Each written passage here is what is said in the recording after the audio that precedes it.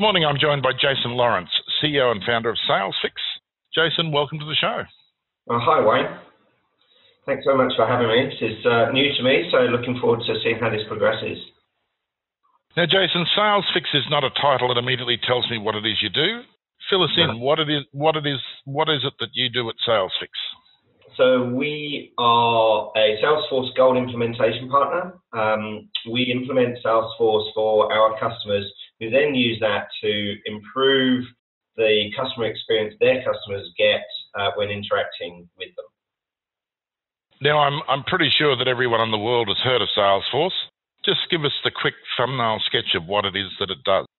Yeah, Salesforce was set up in 1999 as a customer relationship management product, basically looking after leads from your website, accounts, contacts, sales opportunities, and customer services through case management or ticket.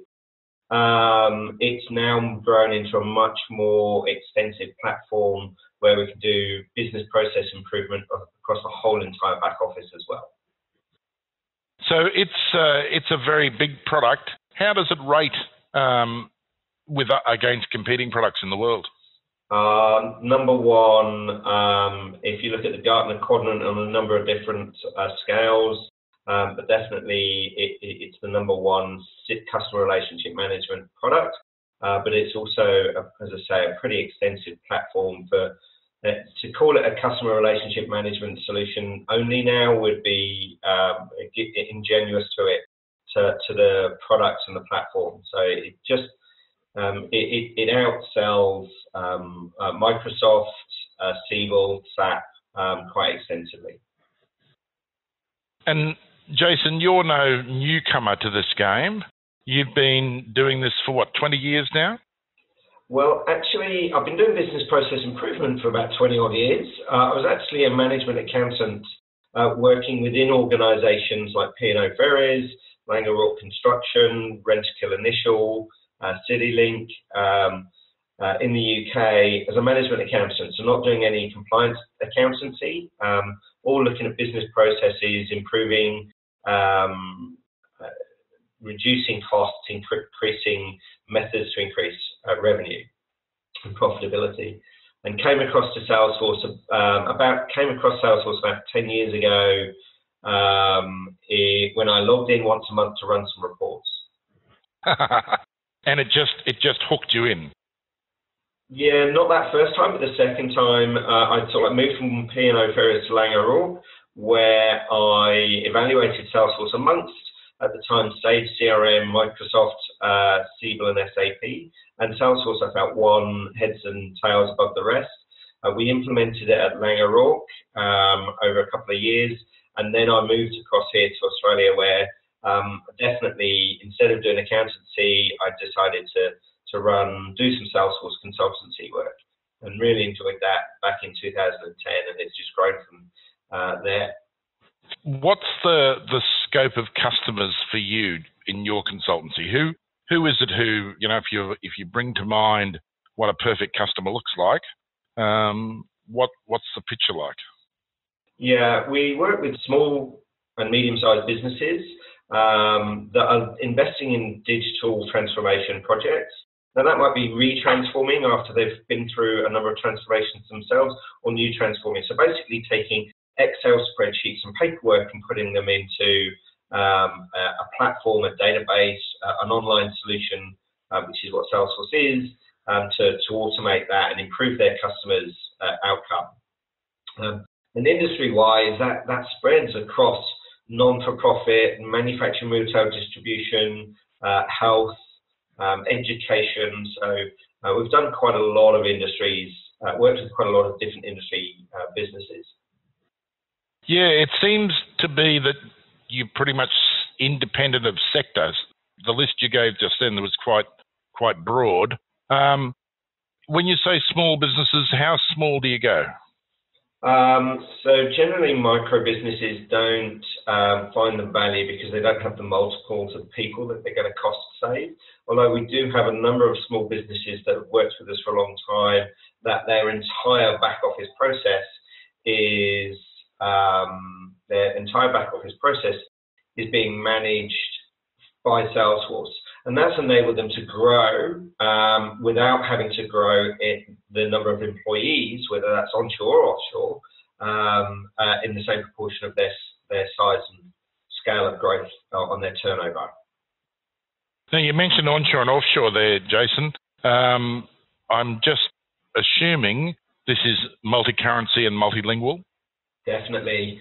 One of my first projects was actually a multi-currency and a multilingual project.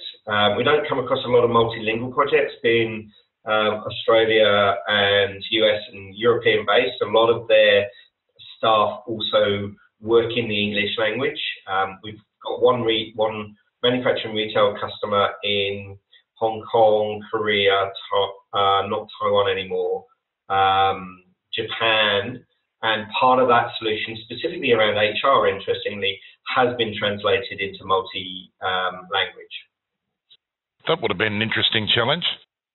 Yeah, luckily for the world that it is today, it was quite easy to extract all of the metadata, which is what we call it, all of the fields that we had written in English, send that off to a service that was able to translate it into 3 different languages for us. And then we upload that back into the system, and the system manages where it presents the different screens in the different languages based on the locale of the user. So it wasn't actually too hard. Jason, for customers who are looking at moving to Salesforce, when's the best time for them to contact you? Yeah, they can contact us even before they've bought Salesforce licenses. So we can help them try and solution design and optimize the license purchases. There's so many different licenses that Salesforce have across their platform, from Sales Cloud, Service Cloud, Pardot, Marketing Cloud. There's some industry-specific licenses, Health Cloud and Financial Services Cloud. And then there's third-party applications as well on the App Exchange. There's hundreds and hundreds of applications on the App Exchange, from free to very, very expensive.